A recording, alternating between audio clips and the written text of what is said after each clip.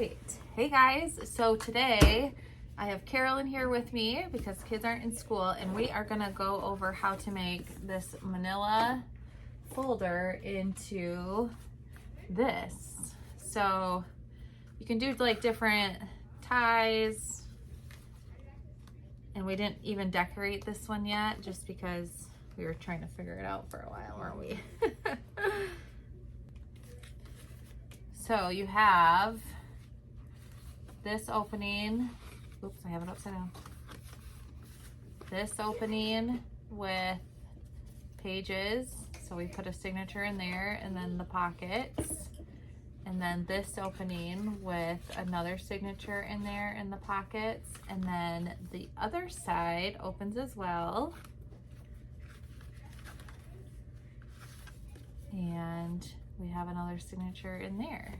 So we have a closure on the back and a closure on the front, and you can decorate it from there. So that's what we're going to show you how to make today. Using 12 pieces of paper. So our signature, we have 3 signatures with 4 pieces of paper in them. So a total of 12 pieces of paper. We have a manila folder. We have some thread to sew in our signatures. What else are we using? Whatever you want to use for your closure, you'll want to pick that out. And then a needle to sew. We use our awl or our weeding tool. And then because the manila folder is kind of hard to fold, I use a boning tool to make sure that those folds end up pretty good. So let's go ahead and get started. So Carolyn, if you want to set those off to the side, and we don't really need this mat, so we'll take that off. All right, so that's yours, kiddo. Okay, so the first thing you're gonna do is open up your manila folder and then just fold it the other way. You want to kind of get that crease a little more pliable. Okay. And the next thing we're going to do is we are going to open it all the way up, and then we are going to take the bottom and we're going to fold it up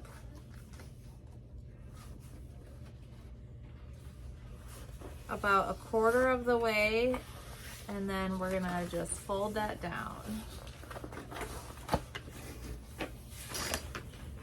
And then again, I'm using my boning tool to really get that crease down. Yep, you're gonna make sure that lines up. And then go ahead and use that to flatten that down. And same thing, I'm gonna fold it the other way and get that crease a little more pliable since the cardstock is pretty thick.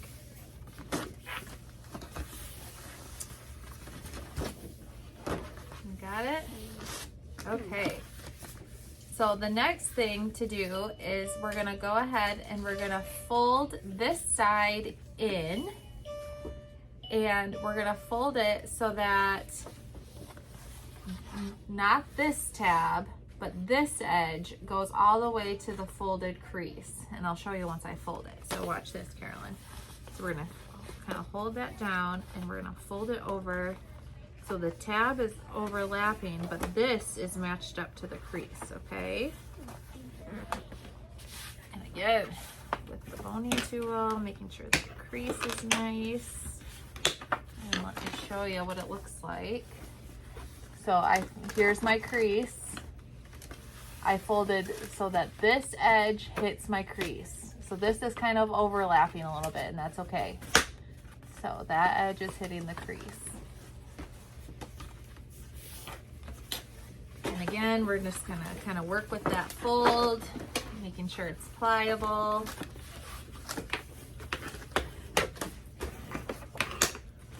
So everything kind of lays flat and nice.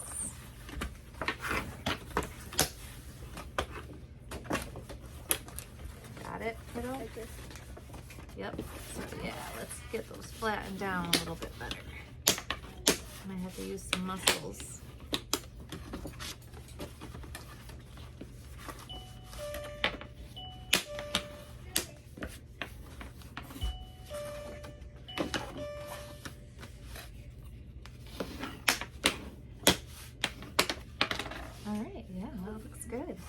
Okay, so then the next step is you don't want it to be all wonky with different levels. So let me show you here.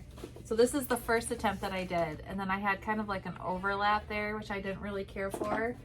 So we kind of want it all to be a nice book with straight edges like that. So in order to get that look, what you're gonna do is you're gonna kind of hold it like this so you know where you want to fold that second one. And typically what I do is I just take my pencil and I draw my line. So if you hold it like this, you know that when you're folding it, you don't want to fold any further than that, right?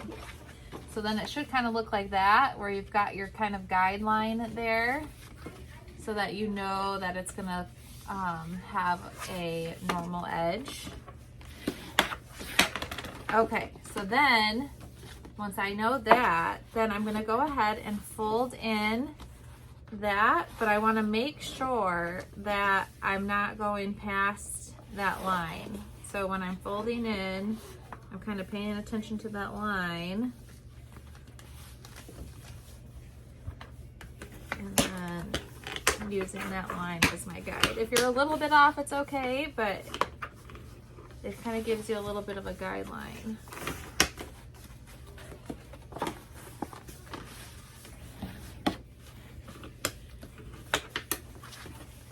And again, I'm kind of going back and forth, really pushing that crease down. And then all I do is I just go through and I erase that line.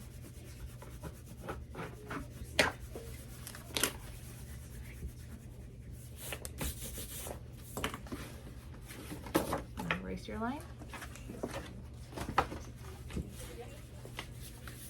And then, so you've got your folds like that, and you just kind of do it accordion style like that, and then it matches up nice like that. You've got some different layers here for when you're flipping through, and that is how you fold it. All right, so then, yep, you got it. Let's push those down a little bit for you.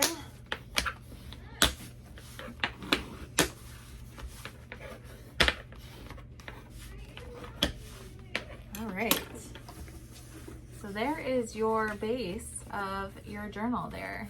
So in order to close off this pocket, we're going to do a bead of glue on both sides of that so that we can make sure that pocket stays closed.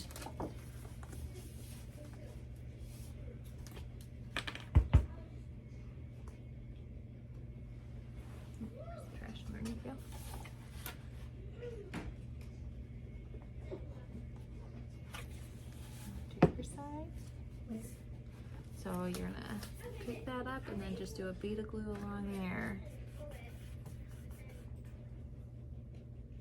Yeah, good.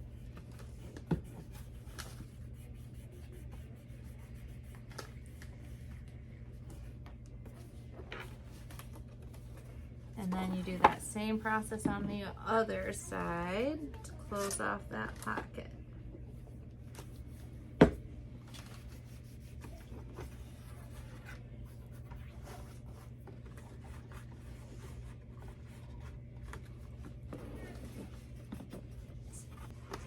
All right, so we'll let that dry for a second, and I'll usually have like a binder clip on hand, and I'll clip that together while those dry, but I'm using 3-in-1, so it dries pretty quick. So then let's talk about our pages. So while we're waiting for that, yeah. Typically your size, and depending on how far you fold it up, typically your size of your folio is going to be 8 1/4 or 8 1/2. So I typically always cut my signature pages to 8 inches. And because you have a couple different widths, this folio, this opening, is going to be a little bit more narrow than this opening. in this opening, just because of how it folds. So you'll have 2 signatures that are 4 inches wide, and then 1 signature that are 3 3/4 inches, so 3.75. So you're going to choose your papers, which we already did this ahead of time. You're going to choose your papers ahead of time, and you're going to cut your signatures at 8 inches tall. 2 of them are going to be 8 inches tall by 4 inches wide, and 1 is going to be 8 inches tall by 3 3/4 or 3.75 inches. Okay, so we've got those already created and ready to go. The other thing that you're going to want is you're going to want to create, we're going to do a 3-hole sew, which is typically the easiest one. So we created a guide ahead of time so that the holes that we create in our signatures are going to match the holes that we create in our folio. So we just go ahead and open that signature up into the middle page, and we did this ahead of time. Did I mark yours? Yeah. Yep. Open to the middle page. You're just going to go ahead and put your guide in there, and then mark your 3 holes into the center. And then you're going to use your awl or your weeding tool, and you're just going to pre-poke those holes. And you're going to do this for each of your signatures. Just like that. Mom, my screen is... We're doing a video here, kiddo. So if you can ask Miss Jill or Miss Melissa to help you. My screen is really dirty. You.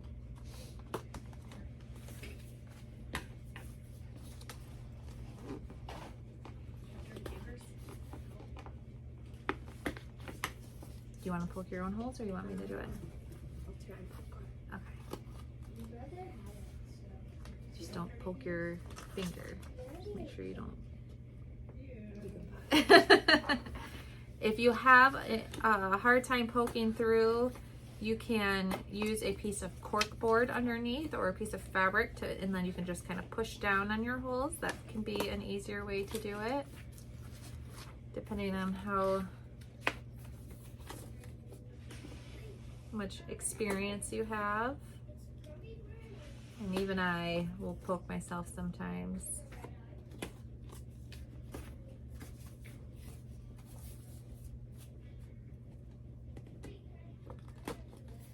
All right, what color threads are you going to pick?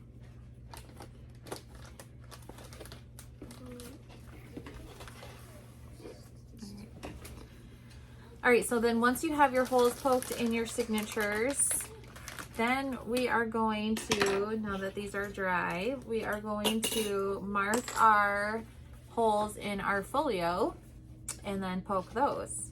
So using that same guide so that everything kind of matches up, we're gonna go ahead and mark where our holes are gonna be. So you'll be doing this 3 times in your folio.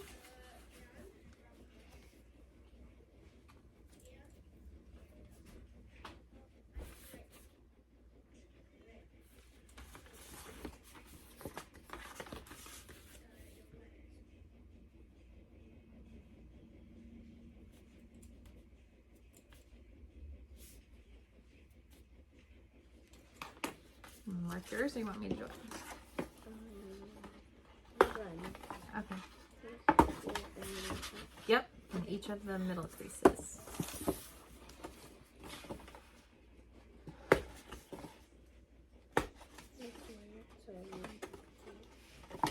So you're gonna line it up. Oh, yours is a little bit taller. So I'm just gonna kind of center it so that that middle is there. So Carolyn didn't fold her pocket up as high as I folded mine. So hers is a little bit taller. So I'm just gonna use that same guide, but I just have to kind of center it a little bit using, just kind of eyeballing it. But as long as you're using the same width of your guide, it will be just fine.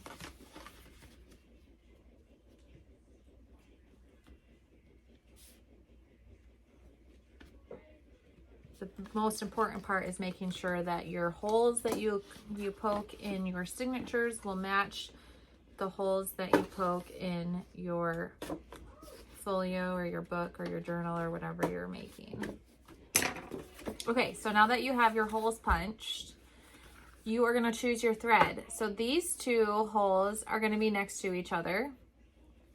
And then you have one that is kind of by itself. So you could use alternating colors depending on what your preference is. You could do all the same. It's totally up to you.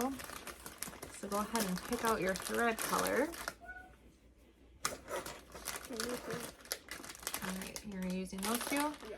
And I have some pretty neutral, I chose some neutral pages. So I'm just going to use kind of like this beige antique one.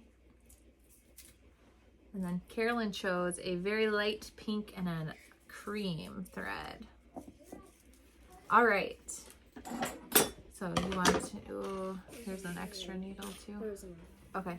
So if you want to cut your thread, just make sure it's long enough so that you're not working with, oh, sorry. There's more scissors too. So you don't run out of thread while you're sewing. I'd go a little bit longer. Yeah, that's good.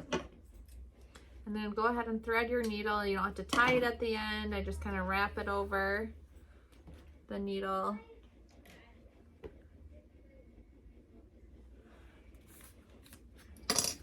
And then you're going to take your first signature, your 3 3/4 signature. That back one. This one? Yep. Nope. This one. Yep. And when you're holding your folio like this, your 3 3/4 goes in that first flap because that's the one that has the shorter width. And you're going to take your needle and your thread and you're going to go open up your signature like this. So find the middle. Yep. Is this the first time you've sewn in your own? Or did you do it on your other journal? I did on my other thing. So you're going to take your needle and you're going to go down into the middle. And then I just kind of hold my thread with my thumb so that it doesn't go all the way through. So you're going down into the middle in your signature and then you're going down into the middle on your folio. And so you're kind of holding it like this. And then up through the top. And I'll wait for you when I get up through the top on your folio, up through the top on your signature. And then you're going back down through the middle of your signature, down through the middle of your folio, up through the bottom of your folio, and then up through the bottom of your signature.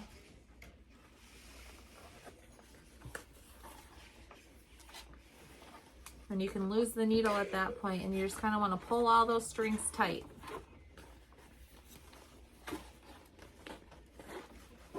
So it should look like this right now. And then you're going to take this bottom string and you're going to go underneath. So you're going underneath this guy. And if you need a slower video on this, if you go further down in our videos, we do this looking down and teach you how to do this sew as well. So if you need to kind of revisit that, you can. So once you go underneath, just a second. Once you go underneath, then you're just going to tie those strings together in a knot and then cut off the excess so that it looks like that. So your first flap, and then you've got your signature sewn, and then that's where your edge looks like. Okay, where are you at, kiddo?